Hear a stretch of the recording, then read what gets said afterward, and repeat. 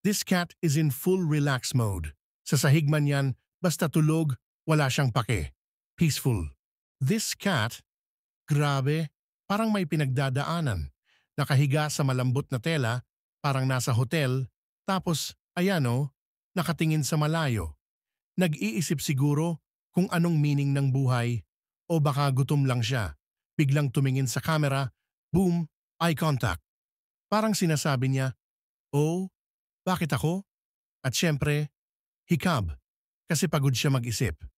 This cat is the moment. Period. This little black cat, nakahide sa pumpkin like it's Halloween every day.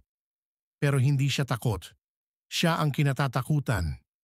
Gala lang ang tingin, parang may mission. Pero sa totoo lang, naghahanap lang yan ng snack. In the wild kingdom of living rooms, this cat, na parang cheetah ang porma, has entered a deep state of antok. Calm, focused, not moving an inch. Ang mata niya, dahan-dahang pumipikit, pero hindi patulog.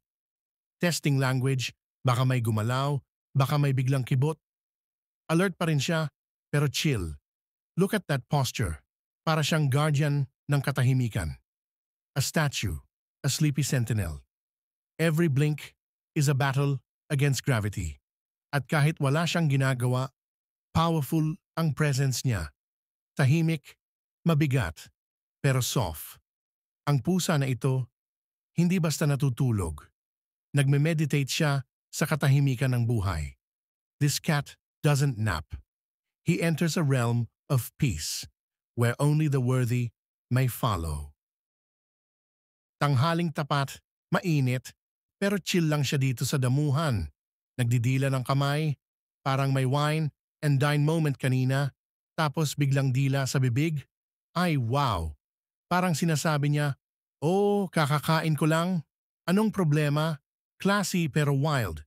Clean pero savage." This cat, post-meal grooming like a boss. This cat, mukha ng bear, ugali pa ng sloth.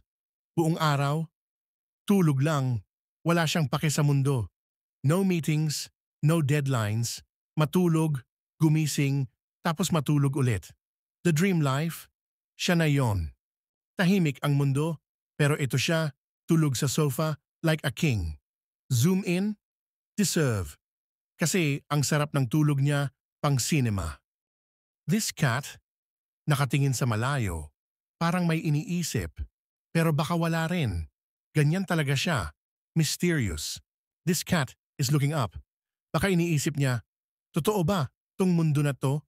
Or baka gusto lang niya habulin yung umiilaw na bilog-bilog?